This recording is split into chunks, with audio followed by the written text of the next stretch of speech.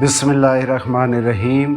पंजाबी रंग नूं सुणन वाले मेरे मुअज़्ज़ज़ सामीन और नाज़रीन ते माँ बोली पंजाबी नाल उल्फत करन वाले मेरे प्यारे पंजाबी भरावां नूं मेरी तरफों बहुत बहुत आदाब है। पहली किस्त विच असां हीर वारिस शाह दे कलाम दी हमद शरीफ जिहड़ी है वो पढ़ी है ते अज दूजी किस्त विच असी नात शरीफ पढ़ांगे। जिवें कि सच्चे ते सुच्चे लोकां दा ये असलूब हुंदा है, ये वरतारा हुंदा है कि वो कोई भी काम करन लगियां सब तो पहले उस खालिके कायनात दी हमदो सना करदे ने ते उस तो पिछे खालिके कायनात दे महबूब पैगंबर हज़रत मुहम्मद मुस्तफ़ा सल्लल्लाहु अलैहि वसल्लम दी नात करदे ने। शुरू करदे हां किस्सा हीर वारिस शाह दी दूजी किस्त नाते रसूले मकबूल सल्लल्लाहु अलैहि वसल्लम।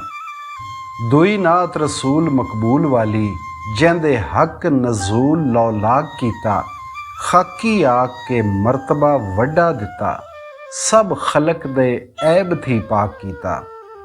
पीर वारिस शाह लिखते हैं कि खालिके कायनात दी हमदो सना तो बाद तारीफ है अल्लाह दे महबूब पैगंबर हज़रत मुहम्मद सल्लल्लाहु अलैहि वसल्लम दी जिदे हक नजूल लौलाक कीता। ए मिसरा उस हदीस कुदसी वल इशारा है कि लौलाक लमा खलकतुल अफलाक। अल्लाह पाक फरमांदा है कि सोहणिया जे मैं तैनू ना बनांदा ते इस कायनात दी कोई शै भी ना बनांदा। खाकी आग के मरतबा वड्डा दिता, सब खलक दे ऐब थी पाक कीता। इस मिसरे विच एक बड़ा डूंगा राज है कि इस कायनात विच ये जिहड़ा आलमे नासूत है, जिहड़ा मिट्टी दा जहान है, इत्थे जितनी खलकत आई है वो इस मिट्टी दे जिहड़ियां कुछ बीमारियां ने, कुछ ऐब ने, कुछ औगण ने, उन्हां दा शिकार ज़रूर हुंदी है। अल्लाह पाक ने अपने महबूब पैगंबर नूं खाकी आख्या, यानी बशर आख्या, लिबासे बशर विच आए। पर वो दुनिया दी एक ऐसी हस्ती है, ऐसी अजीम हस्ती है कि अल्लाह पाक ने इस आलमे नासूद दे जितने ऐब, जितनियां खराबियां, जितनियां नापाकियां, उन्हां तो उस अजीम हस्ती ने पाक करके इस दुनिया ते घलिया। पाक होने का मतलब ये है कि दुनिया दे ऐब, दुनिया दियां खराबियां, दुनिया दियां बुराइयां उन्हां दे नेड़े भी नहीं जा सकदियां। वो क्योंकि है ही पाक हस्ती, लिहाजा उन्हां दे नेड़े दुनिया दी कोई खराबी, कोई गलाजत उन्हां दे करीब जा ही नहीं सकती। सरवर हो के अंबिया औलियां दा अगे हक दे आप नूं खाक कीता। उस हस्ती दा ये कमाल है कि अल्लाह पाक ने उस हस्ती ने कुल खलक दे ऐबां तो पाक कर दिता। उन्हां वास्ते ये बड़ी खुशी दी गल आई। उस तो वध के उन्होंने कुल अंबिया दा सरदार बना दिता, कुल औलिया दा सरदार बना दिता। ये कितनी वड्डी खुशी आई। तुसी सोचो कि जे किसी पिंड विच किसी बंदे ने कोई सिर्फ एक पिंड दा नंबरदार बना देवे ते उस दा पैर भोएं ते नहीं लगदा।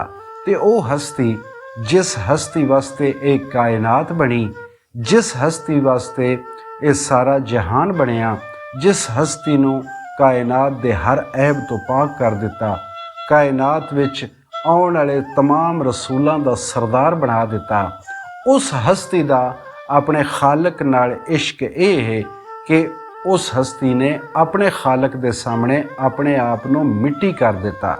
सरवर हो के अंबिया औलियां दा अगे हक दे आप नूं खाक कीता। करे उमती उमती रोज़ मैशर, खुशी छड़ के जीव गमनाक कीता। कि जनाब ने अपनी ये खुशी, जिहड़ियां फजीलतां, जिहड़ियां अजमतां, जिहड़ियां वडियाइयां अल्लाह ने उन्होंने दित्तियां, बजाए इस दे कि उन्हां ते वो खुशी करदे, उन्हां अपनी उम्मत दे दुख विच ये सारियां खुशियां छड़ के अपने आप नूं दुखी कर लिया अपनी उम्मत दे गम विच। इत्थे मैं एक ज़िमनन गल करांगा कि नबी पाक नूं इस विच कोई शक नहीं कि अपनी उम्मत का ये फिक्र रहा है तो रहेगा कि मेरी उम्मत जिहड़ी है वो दोज़ख दा बालन ना बन जावे। ते ਸਾਡੇ ਮੁਆਸ਼ਰੇ ਵਿੱਚ ਸਿਰਫ ਨਬੀ ਪਾਕ ਸੱਲੱਲਾਹੁ ਅਲੈਹਿ ਵਸੱਲਮ ਦੀ ਇਸੇ ਖਾਹਿਸ਼ ਨੂੰ ਹਵਾ ਦਿੱਤੀ ਗਈ, ਇਸੇ ਖਾਹਿਸ਼ ਨੂੰ ਜਿਹੜਾ ਵਧਾਵਾ ਦਿੱਤਾ ਗਿਆ ਕਿ ਨਬੀ ਪਾਕ ਸੱਲੱਲਾਹੁ ਅਲੈਹਿ ਵਸੱਲਮ ਆਪਣੇ ਕਿਸੇ ਵੀ ਉਮਤੀ ਨੂੰ ਦੋਜ਼ਖ ਵਿੱਚ ਨਹੀਂ ਜਾਣ ਦੇਣ ਲੱਗੇ। ਪਰ ਇਸ ਦਾ ਇੱਕ ਹੋਰ ਪਹਿਲੂ ਜਿਹੜਾ ਸੀ ਉਸ ਦੇ ਉੱਤੇ ਰੋਸ਼ਨੀ ਨਾ ਪਾਈ ਗਈ, ਜਿਸ ਦੀ ਵਜ੍ਹਾ ਤੋਂ ਮੁਆਸ਼ਰੇ ਵਿੱਚ ਬਹੁਤ ਸਾਰੀਆਂ ਖਰਾਬੀਆਂ ਪੈਦਾ ਹੋ ਗਈਆਂ, ਕਿਉਂਕਿ ਜਿਹੜੇ ਗੁਨਾਹਗਾਰ ਜਿਹੜੇ ਆਸੀ ਉਹਨਾਂ ਦੇ ਅੰਦਰ ਕਿਦਾਈ ਨਾ ਕਿਦਾਈ ਉਹਨਾਂ ਦੇ ਦਿਲ ਵਿੱਚ ਇਹ ਯਕੀਨ ਜ਼ਰੂਰ ਹੈ ਸਨ ਸਾਡਾ ਨਬੀ ਦੋਜ਼ਖ ਦੀ ਅੱਗ ਤੋਂ ਬਚਾ ਲਵੇਗਾ, ਸਨ ਆਪਣੇ ਰੱਬ ਕੋਲੋਂ ਬਖਸ਼ਵਾ ਲਵੇਗਾ। ਇਹ ਇੱਕ ਯਕੀਨ ਵੀ ਹੈ ਤੇ ਇੱਕ ਉਮੀਦ ਵੀ ਹੈ, ਔਰ ਇਹ ਉਮੀਦ ਹੈ ਕਿ ਜਿਹਦੇ ਨਾਲ ਇਨਸਾਨ ਥੋੜ੍ਹਾ ਜਿਹਾ ਢਿੱਲਾ ਪੈ ਪੈਂਦਾ ਹੈ, ਬੁਰਾਈਆਂ ਨੂੰ ਤਿਆਗਣ ਵਿੱਚ, ਚੰਗਿਆਈਆਂ ਅਪਣਾਉਣ ਵਿੱਚ ਬੰਦਾ ਥੋੜ੍ਹਾ ਢਿੱਲਾ ਪੈ ਪੈਂਦਾ ਹੈ। ਇਸ ਦਾ ਇੱਕ ਦੂਜਾ ਪਹਿਲੂ ਹੈ ਜਿਸ ਨੂੰ ਮੁਆਸ਼ਰੇ ਵਿੱਚ ਬਹੁਤ ਜ਼ਿਆਦਾ ਫੈਲਾਉਣ ਦੀ ਜ਼ਰੂਰਤ ਹੈ, ਉਹ ਇਹ ਹੈ ਕਿ ਨਬੀ ਸੱਲੱਲਾਹੁ ਅਲੈਹਿ ਵਸੱਲਮ ਦੀ ਜਿੱਥੇ ਇਹ ਖਾਹਿਸ਼ ਮੁਬਾਰਕ ਹੈ ਕਿ ਮੇਰੀ ਉਮਤ ਜਿਹੜੀ ਹੈ ਉਹ ਜਹੰਨਮ ਦਾ ਬਾਲਣ ਨਾ ਬਣ ਜਾਵੇ, ਉਹਨਾਂ ਦੇ ਅੰਦਰ ਇੱਕ ਬਹੁਤ ਵੱਡੀ ਖਾਹਿਸ਼ ਇਹ ਵੀ ਹੈ ਕਿ ਮੇਰੀ ਉਮਤ ਕੁੱਲ ਉਮਤਾਂ ਤੋਂ ਵੱਧ ਹੋਵੇ, ਮੇਰੀ ਉਮਤ ਕੁੱਲ ਉਮਤਾਂ ਤੋਂ ਵੱਧ ਨੇਕ ਹੋਵੇ, ਚੰਗੀ ਹੋਵੇ, ਆਲਾ ਹੋਵੇ। ਮੇਰੀ ਉਮਤ ਕੁੱਲ ਉਮਤਾਂ ਵਿੱਚੋਂ ਮੁਅੱਜ਼ਜ਼ ਤਰੀਨ ਉਮਤ ਹੋਵੇ। ਅਗਰ ਨਬੀ ਸੱਲੱਲਾਹੁ ਅਲੈਹਿ ਵਸੱਲਮ ਦੀ ਇਸ ਖਾਹਿਸ਼ ਨੂੰ ਹਵਾ ਦਿੱਤੀ ਜਾਂਦੀ, ਇਸ ਖਾਹਿਸ਼ ਦਾ ਵਧਾਵਾ ਕੀਤਾ ਜਾਂਦਾ, ਤੇ ਬੰਦਿਆਂ ਨੂੰ ਜ਼ਰੂਰ ਫਿਕਰ ਹੋਣੀ ਆਈ ਕਿ ਸਾਡਾ ਨਬੀ ਚਾਹੁੰਦਾ ਕਿ ਅਸੀਂ ਮੁਅੱਜ਼ਜ਼ ਹੋਈਏ, ਅਸੀਂ ਚੰਗੇ ਬਣੀਏ, ਅਸੀਂ ਇਸ ਦੁਨੀਆ ਉੱਤੇ ਮੁਹੱਬਤਾਂ ਵੰਡਣ ਵਾਲੇ ਹੋਈਏ, ਅਸੀਂ ਨੇਕੀਆਂ ਕਮਾਉਣ ਵਾਲੇ ਹੋਈਏ। ਤੇ ਇਸ ਖਾਹਿਸ਼ ਨੂੰ ਪੂਰਾ ਕਰਨ ਵਾਸਤੇ ਇਨਸਾਨ ਇਸ ਪਾਸੇ ਜ਼ਿਆਦਾ ਧਿਆਨ ਦਿੰਦੇ, ਨਾ ਕਿ ਸਿਰਫ ਉਸ ਯਕੀਨ ਉਮੀਦ ਤੇ ਰਹਿੰਦੇ ਕਿ ਅਸਾਂ ਬਖਸ਼ਿਆ ਜਾਣਾ ਹੈ। ਹੋਇਆ ਹੱਕ ਨੂੰ ਸ਼ੌਕ ਜਦ ਮਿਲਣ ਸਣ ਦਾ, ਹੋਇਆ ਹੱਕ ਨੂੰ ਸ਼ੌਕ ਜਦ ਮਿਲਣ ਸਣ ਦਾ, ਢੋਇਆ ਨਜ਼ਰ ਬੁਰਾਕ ਚਲਾਕ ਕੀਤਾ। ਇੱਥੇ ਇੱਕ ਅੱਖਰ ਆਇਆ ਹੈ ਸਣਦਾ। ਸਣਦਾ ਦਾ ਮਾਨੀ ਵੀ ਦਾ ਹੀ ਹੁੰਦਾ ਹੈ, ਯਾਨੀ ਇਸ ਦਾ, ਉਸ ਦਾ, ਪਰ ਕਈ ਵਾਰੀ ਜ਼ਰੂਰਤ ਸ਼ੇਰੀ ਦੇ ਖਾਤਰ ਇਹ ਜਿਹੜਾ ਹਰਫ ਹੈ ਇਹ ਲਫ਼ਜ਼ ਵਰਤਿਆ ਵੈਂਦਾ ਹੈ ਸਣਦਾ। ਹੋਇਆ ਹੱਕ ਨੂੰ ਸ਼ੌਕ ਜਦ ਮਿਲਣ ਸਣਦਾ, ਢੋਇਆ ਨਜ਼ਰ ਬੁਰਾਕ ਚਾਲਾਕ ਕੀਤਾ। ਕਿ ਜਦੋਂ ਅੱਲਾਹ ਪਾਕ ਨੂੰ ਆਪਣੇ ਨਬੀ ਨਾਲ ਮੁਲਾਕਾਤ ਦਾ ਸ਼ੌਕ ਹੋਇਆ, ਜਦ ਨਬੀ ਸੱਲੱਲਾਹੁ ਅਲੈਹਿ ਵਸੱਲਮ ਨੂੰ ਮਿਲਣ ਦਾ ਸ਼ੌਕ ਹੋਇਆ, ਤੇ ਅੱਲਾਹ ਨੇ ਦੁਨੀਆ ਦੇ ਉੱਤੇ ਇੱਕ ਬਹੁਤ ਹੀ ਤੇਜ਼ ਬਿਜਲੀ ਦੀ ਰਫ਼ਤਾਰ ਤੋਂ ਤੇਜ਼ ਬੁਰਾਕ ਆਪ ਸੱਲੱਲਾਹੁ ਅਲੈਹਿ ਵਸੱਲਮ ਵਾਸਤੇ ਘਲਿਆ ਕਿ ਜਿਤਨੀ ਜਲਦੀ ਹੋ ਸਕੇ ਉਹ ਮੇਰੇ ਮਹਿਬੂਬ ਨੂੰ ਲੈ ਕੇ ਮੇਰੇ ਕੋਲ ਆ ਜਾਵੇ। ਤੇ ਸਲਾਮ ਪੈਗਾਮ ਪਹੁੰਚਾਉਣ ਤਾਈਂ ਕਾਸਦ ਵਈ ਸਰਦਾਰ ਮਲਾਕ ਕੀਤਾ। ਮਲਾਕ ਮਲਕ ਦੀ ਜਮਾ ਯਾਨੀ ਕਿ ਫਰਿਸ਼ਤਾ। ਕਾਸਦ ਵਈ ਸਰਦਾਰ ਮਲਾਕ ਕੀਤਾ ਯਾਨੀ ਕਿ ਅੱਲਾਹ ਪਾਕ ਨੇ ਆਪਣੇ ਪੈਗੰਬਰ ਸੱਲੱਲਾਹੁ ਅਲੈਹਿ ਵਸੱਲਮ ਨਾਲ ਗੱਲਬਾਤ ਕਰਨ ਵਾਸਤੇ ਜਿਹੜਾ ਫਰਿਸ਼ਤਾ ਮੁਕਰਰ ਕੀਤਾ, ਜਿਹੜਾ ਕਾਸਦ ਬਣਾਇਆ, ਉਹ ਵੀ ਕੋਈ ਆਮ ਫਰਿਸ਼ਤਾ ਨਾ ਬਣਾਇਆ, ਬਲਕਿ ਸਾਰਿਆਂ ਫਰਿਸ਼ਤਿਆਂ ਦਾ ਸਰਦਾਰ ਬਣਾਇਆ।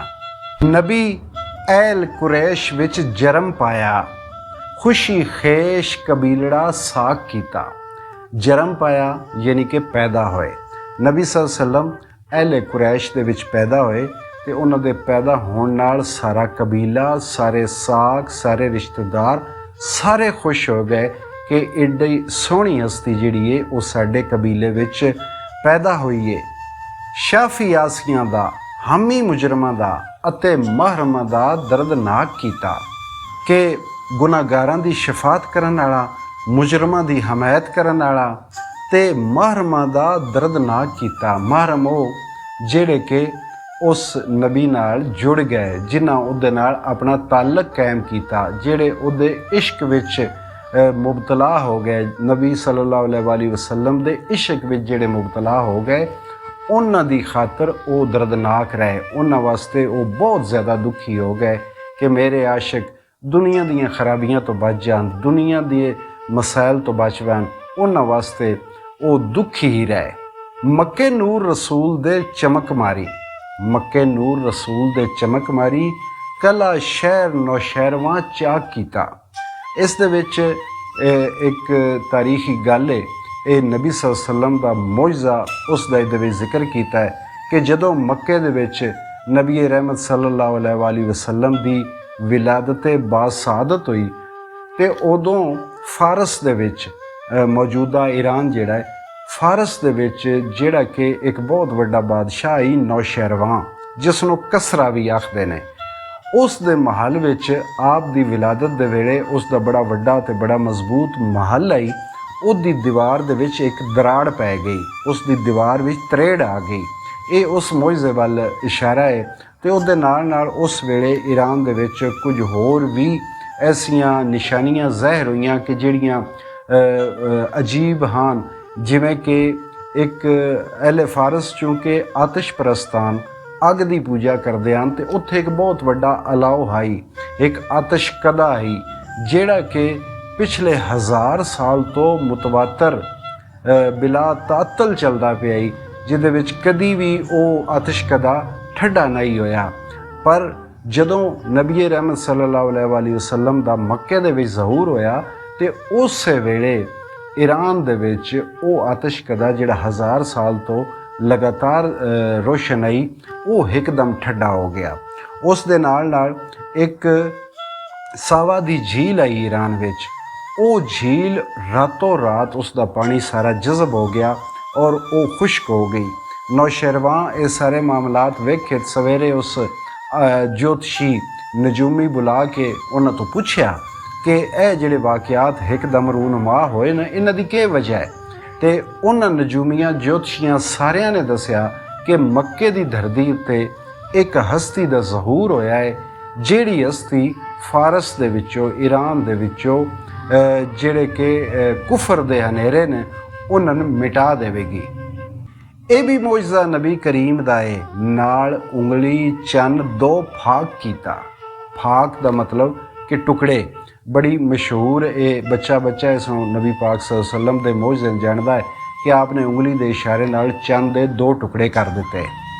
ਮੇਰਾਜ ਰਸੂਲ ਦਾ ਹੱਕ ਹੈ ਜੀ, ਜੋੜਾ ਨੂਰ ਦਾ ਪਹਿਨ ਪੋਸ਼ਾਕ ਕੀਤਾ।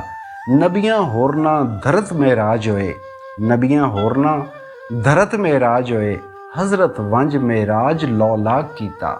ਬਾਕੀ ਨਬੀਆਂ ਜੇ ਮੇਰਾਜ ਹੋਇਆ ਹੈ, ਜਿਵੇਂ ਹਜ਼ਰਤ ਮੂਸਾ अलैहिस्सलाम ਨੂੰ ਕੋਹ ਤੂਰ ਦੇ ਉੱਤੇ ਜਲਵਾ ਵਿਖਾਇਆ ਗਿਆ, ਉਹਨਾਂ ਨੂੰ ਜ਼ਮੀਨ 'ਤੇ ਹੀ ਉਹ ਜਲਵੇ ਵਿਖਾਏ ਗਏ। ਕੁਦਰਤ ਨੇ ਆਪਣੇ ਜਲਵੇ ਆਪਣੇ ਅੰਬਿਆ ਨੂੰ ਇਸ ਜ਼ਮੀਨ ਦੇ ਉੱਤੇ ਵਿਖਾਏ। ਪਰ ਇਹ ਵਾਹਿਦ ਹਸਤੀਆਂ ਜਿਨ੍ਹਾਂ ਨੂੰ ਮੇਰਾਜ ਕਰਾਉਣ ਲੱਗਿਆਂ ਅੱਲਾਹ ਪਾਕ ਨੇ ਉਹਨਾਂ ਨੂੰ ਅਰਸ਼ 'ਤੇ ਬੁਲਾਇਆ, ਆਪਣੇ ਕੋਲ ਲੈ ਕੇ ਗਏ। ਜਿੱਥੇ ਵਹਿਮ ਇਦਰਾਕ ਦੀ ਪਹੁੰਚ ਨਹੀਂ, ਜਿੱਥੇ ਵਹਿਮ ਇਦਰਾਕ ਦੀ ਪਹੁੰਚ ਨਹੀਂ, ਨਬੀ ਸਾਹਿਬ ਵਾਕਫ ਉੱਥੋਂ ਤਾਕ ਕੀਤਾ ਕਿ ਜਿੱਥੇ ਇਨਸਾਨੀ ਅਕਲ ਪਹੁੰਚ ਹੀ ਨਹੀਂ ਸਕਦੀ, ਇਨਸਾਨੀ ਸੋਚ ਉੱਥੇ ਤੱਕ ਜਾ ਹੀ ਨਹੀਂ ਸਕਦੀ, ਉੱਥੋਂ ਤੱਕ ਨਬੀ ਸੱਲੱਲਾਹੁ ਅਲੈਹਿ ਵਸੱਲਮ ਨੂੰ ਅੱਲਾਹ ਪਾਕ ਨੇ ਵਾਕਫ ਕਰ ਦਿੱਤਾ। ਉਹ ਰਾਜ਼ ਸਾਰੇ ਆਪ ਉੱਤੇ ਖੋਲ੍ਹ ਦਿੱਤੇ। ਇੱਥੇ ਪੀਰ ਵਾਰਿਸ ਸ਼ਾਹ ਨੇ ਅੱਖਰ ਵਰਤਿਆ ਹੈ ਤਾਕ, ਅਤੇ ਇਹ ਉਂਝ ਤੇ ਤੱਕ ਹੁੰਦਾ ਹੈ, ਤੀਕਰ ਹੁੰਦਾ ਹੈ, ਤੀਕ ਹੁੰਦਾ ਹੈ, ਪਰ ਵਾਰਿਸ ਸ਼ਾਹ ਦਾ ਕਮਾਲ ਹੈ ਕਿ ਉਹ ਪੰਜਾਬੀ ਦੇ ਅੱਖਰਾਂ ਆਪਣੀ ਲੋੜ ਨਾਲ ਜਿਵੇਂ ਉਹਨਾਂ ਨੂੰ ਮੋੜਨਾ ਹੋਵੇ, ਜਿਵੇਂ ਉਹਨਾਂ ਨੂੰ ਢਾਲਣਾ ਹੋਵੇ, ਉਹ ਢਾਲ ਲੈਂਦੇ ਨੇ। ਅਤੇ ਕਦੀ ਨਾ ਕਲਾਮ 'ਚ ਝੋਲ ਆਈਏ, ਨਾ ਜ਼ਬਾਨ 'ਚ ਝੋਲ ਆਈਏ, ਨਾ ਹੀ ਕਿਸੇ ਕੋਈ ਅਜੇ ਤੱਕ ਇਤਰਾਜ਼ ਕੀਤਾ ਕਿ ਉਹਨਾਂ ਉਸ ਦੀ ਸ਼ਕਲ ਅੱਗੇ ਨਾਲੋਂ ਵੀ ਸੋਹਣੀ ਕਰਕੇ ਰੱਖ ਦਿੱਤੀ। ਵਾਰਿਸ ਸ਼ਾਹ ਸਭ ਸਿਰ ਖਜ਼ਾਨਿਆਂ ਦੇ ਰੱਬ ਨਬੀ ਨੂੰ ਚਾਹ ਹੁਸ਼ਨਾਕ ਕੀਤਾ। ਹੁਸ਼ਨਾਕ ਯਾਨੀ ਕਿ ਖਬਰਦਾਰ ਕਰ ਦਿੱਤਾ, ਉਹਨਾਂ ਦੀ ਖਬਰ ਦੇ ਦਿੱਤੀ, ਉਹਨਾਂ ਨਾਲ ਵਾਕਫ ਕਰਾ ਦਿੱਤਾ, ਜਾਣੂ ਕਰਾ ਦਿੱਤਾ ਕਿ ਅੱਲਾਹ ਪਾਕ ਨੇ ਜਿਤਨੇ ਖਜ਼ਾਨੇ ਹਨ ਉਹਨਾਂ ਦੇ ਸਾਰੇ ਰਾਜ਼ ਆਪ ਸੱਲੱਲਾਹੁ ਅਲੈਹਿ ਵਸੱਲਮ ਦੇ ਅੱਗੇ ਰੱਖ ਦਿੱਤੇ। ਉਹਨਾਂ ਸਾਰਿਆਂ ਰਾਜ਼ਾਂ ਤੋਂ ਨਬੀ ਰਹਿਮਤ ਸੱਲੱਲਾਹੁ ਅਲੈਹਿ ਵਸੱਲਮ ਨੂੰ ਵਾਕਫ ਕਰ ਦਿੱਤਾ। ਨਾਤ ਤੋਂ ਬਾਅਦ ਅਗਲਾ ਹਿੱਸਾ ਹੈ ਨਬੀ ਪਾਕ ਸੱਲੱਲਾਹੁ ਅਲੈਹਿ ਵਸੱਲਮ ਦੇ 4 ਅਸਹਾਬ ਦੀ ਮਨਕਬਤ। ਵਾਰਿਸ ਸ਼ਾਹ ਲਿਖਦੇ ਨੇ ਕਿ ਚਾਰੇ ਯਾਰ ਰਸੂਲ ਦੇ 4 ਗੋਹਰ, ਸਭੇ ਇੱਕ ਥੀ ਇੱਕ ਚੜੰਦੜੇ ਨਹੀਂ। ਇਹ ਜਿਵੇਂ ਪਿੱਛੇ ਮੈਂ ਤਾਕ ਦੀ ਗੱਲ ਕੀਤੀ ਹੈ, ਇਵੇਂ ਚੜੰਦੜੇ, ਹਾਲਾਂਕਿ ਅੱਖਰ ਇਹ ਹੈ ਕਿ ਚੜ੍ਹਦੇ, ਅਤੇ ਚੜੰਦੜੇ ਜਿਹੜਾ ਹੈ ਉਹ ਪੀਰ ਵਾਰਿਸ ਸ਼ਾਹ ਨੇ ਆਪ ਹੀ ਇਸ ਅੱਖਰ ਨੂੰ ਬਣਾ ਲਿਆ ਹੈ ਤੇ ਕਿਤਨਾ ਸੋਹਣਾ ਬਣਾ ਲਿਆ ਹੈ ਕਿ ਚਾਰੇ यार रसूल दे चार गोहर सभे एक थी एक चड़ंदड़े नहीं, यानी कि नबी पाक दे चार जेड़े असहाब ने, चार जेड़े दोस्त ने, चार जेड़े बेली ने, ये चार गोहर न ते सारे एक दूजी तो वध ने। चड़ंदड़े चढ़न तो है, चढ़तल तो है, एक दूजी तो चढ़ के ने, एक दूजी तो वध के ने। अबू बकर ते उमर उस्मान अली आपो अपने गुणी सुहंदड़े ने कि ये चारे जेड़े जलील उल कदर असहाब ने, जिदे विच हज़रत अबू बकर सदीक, हज़रत उमर फारूक, हज़रत उस्मान गनी ते हज़रत अली शेरे खुदा, ये चारे असहाब आपो अपने गुणी सुहंदड़े नहीं। भई ये चारे असहाब जेड़े ने आपो अपने गुणां विच, आपो अपनियां खूबां विच सारे ही सोहणे ने। बई कोई जेड़ा है वो सिदको सफा विच सुच्चा है, यानी कि सच्चा है, कोई जेड़ा है वो अदलो इंसाफ विच खरा है, कोई जेड़ा है वो बहुत वड्डा गनी है, ते कोई जेड़ा है वो एडा बहादुर है, एडा बहादुर है कि अल्लाह दा शेर करार दिता गया है। जिन्हां सिदक यकीन तहकीक कीता, जिन्हां सिदक यकीन तहकीक कीता, राह रब दे सीस विकंदड़े नहीं। सीस विकंदड़े सर फिरोश, सिर दी बाजी ला देण वाले, कि जिन्हां ने सच ते यकीन नूं मन लिया, तहकीक कर लिया, जिहड़े उस दे उत्ते अपने आप नूं लै के आ गए, वो फिर रब ताला दी राह विच सर फिरोश बन गए, जांबाज बन गए, जाना वारन वाले बन गए। जौक छड़ के जिन्हां ने जोद कीता, वाह वाह वो रब दे बंदड़े नहीं। जौक छड़ के जिन्हां ने जोद कीता, वाह वाह ओ रब दे बंदड़े नहीं। जौक दुनिया दियां आसाइशां, दुनिया दे मज़े, दुनिया दियां आसाइशां सहूलतां उन्हां इस्तेमाल करना, उन्हां विच मगन होना, उन्हां दे मज़े लुटने, ये हुंदा है जौक। ते इस नूं छड्ड के जोद कीता। जोद हुंदा है कि दुनिया दियां मादी चीज़ां दी लज्जत नूं त्यागना। एक इबादत हुंदा है कि रब दी बारगाह विच इबादत करनी। एक जोद हुंदा है कि मादी जिहड़ियां चीज़ां उन्हां दियां आसाइशां, उन्हां दे मज़ियां तो मूँह मोड़ना। कि फरमा रहे हैं कि जिन्हां जौक छड़ के जोद कीता, कि इन्हां चार असहाब की गल हो रही है, तो चारे असहाब उंज भी उस तो पहले भी ये बहुत वड्डियां हस्तियां, वड्डियां कबीलियां दे हान, सरदारां विचों हान और मालदार आन, अमीर लोग आन। पर जिस वे नबी सल्लल्लाहु अलैहि वसल्लम दे कदमां च आ गए तो इन्हां वो सारियां आसाइशां, वो सारियां सहूलतां, वो दुनिया की चुदराहट सारी एक पासे करके ते आप सल्लल्लाहु अलैहि वसल्लम दे नाल इस हद तक जोद कीता कि जे एक ही रोटी हुई है तो मंगण वाला आ गया, वो रोटी खुद नहीं खाधी, भावें रोज़े नाल होए, वो रोज़ा खोलने वास्ते एक रोटी हुई है तो वह भी मंगण वाले ने दे दी, आप न खाधी। इस हद तक जोद कीता। सूबे चार नी शरा मुहम्मदी दे, सूबे चार नी शरा मुहम्मदी दे, मुल्क दीन अंदर नबी अंदड़े नहीं। कि जेड़ा ये मुल्क है नबी सल्लल्लाहु अलैहि वसल्लम दी शरा दा, शरीयत दा जेड़ा ये मुल्क है, इहदे चार सूबे ने जेड़े कि उहदियां हद्दां नबी सल्लल्लाहु अलैहि वसल्लम ने कायम कर दित्तियां ने कि ए जेड़े ने ये मेरी शरीयत दे चार सूबे ने, मेरी शरा दे मुल्क दे चार सूबे ने। पाई फतह करके जंग काफरां ते, कीते तम कफार दे धंधड़े नहीं। कि काफरां नाल लड़ के ते उन्हां ते फतह हासिल कीती, ते कुफार दे धंधड़े, कुफार दे जितने धंधे हैं उन्होंने ख़त्म कर दिता, तम कर दिता, उन्होंने मिटा दिता। निगेबान होए सिर उमतां दे, झूलन नबी करीम दे झंडड़े नहीं, झूलन लहरान, बाजू बंद रसूल दे डड़क मारन, सुच्चे चार मोती लड़ी गुंदड़े नहीं। डड़क बड़ा सोहना लफ्ज़ है, एक चमक ते डड़क, चमक होर चीज़ होंदी है, डड़क जिहड़ी है वो मोतियां दे अंदर एक जिहड़ी लहर उठदी है, चमक दी एक लहर जी एक पासों उठदी है तो दूजे पासे टुरदी है, वो हरकत जी करदी है, उसनूं डड़क आखदे ने। कि ये चार मोती सुच्चे ये नबी सल्लल्लाहु अलैहि वसल्लम ने एक लड़ी विच इन्हां नूं परो लिया और ये डड़का मार रहे हैं। ਜਿੰਨਾ ਫਰਕ ਇਹਨਾਂ ਵਿੱਚ ਕੁਝ ਜ਼ਿਆਦਾ ਉਹ ਧੁਰੋਂ ਹਜ਼ੂਰ ਦੇ ਗੰਦੜੇ ਨਹੀਂ ਕਿ ਜਿਨ੍ਹਾਂ ਇਹਨਾਂ ਚਾਰਾਂ ਵਿੱਚ ਕੋਈ ਫਰਕ ਕੀਤਾ, ਇਹਨਾਂ ਦੀ ਸ਼ਾਨ ਵਿੱਚ ਕੋਈ ਕਮੀ ਕੀਤੀ ਤੇ ਉਹ ਅਜ਼ਲ ਤੋਂ ਹੀ ਗੰਦੇ ਨੇ। ਧੁਰੋਂ ਹਜ਼ੂਰ ਦਿਓ ਯਾਨੀ ਉਹ ਮੁੱਢ ਤੋਂ ਹੀ ਗੰਦੇ ਲੋਕ ਨੇ। ਵਾਰਿਸ ਸ਼ਾਹ ਮਦਦ ਚਾਰ ਯਾਰ ਦੀ ਜੀ, ਰੱਬਾ ਰੱਖ ਲਈ ਫੇਲ ਜੋ ਮੰਦੜੇ ਨਹੀਂ ਕਿ ਰੱਬਾ ਸੋਹਣਿਆ ਇਹਨਾਂ ਚਵਾਂ ਦਾ ਵਾਸਤੇ ਹੀ ਮੇਰੀਆਂ ਜਿਹੜੀਆਂ ਖਰਾਬੀਆਂ ਨੇ, ਮੇਰੇ ਜਿਹੜੇ ਮਾੜੇ ਕੰਮ ਨੇ ਉਹਨਾਂ ਤੋਂ ਮੈਨੂੰ ਬਚਾ ਲਈ। ਪਹਿਲੀ ਕਿਸ਼ਤ ਵਿੱਚ ਵੀ ਮੇਰੇ ਸੁਣਨ ਵਾਲਿਆਂ, ਪੰਜਾਬੀ ਮਾਂ ਬੋਲੀ ਨਾਲ ਪਿਆਰ ਕਰਨ ਵਾਲਿਆਂ ਨੇ ਬੜਾ ਪਿਆਰ ਦਿੱਤਾ। ਜੇ ਕੋਈ ਖਰਾਬੀ ਜਾਂ ਖਾਮੀ ਨਜ਼ਰ ਆਵੇ ਤੇ ਮੇਰੀ ਇਸਲਾਹ ਜ਼ਰੂਰ ਕਰਿਆ ਜੇ। ਹੁਣ ਦਿਓ ਇਜਾਜ਼ਤਾਂ, ਰੱਬ ਰਾਖਾ।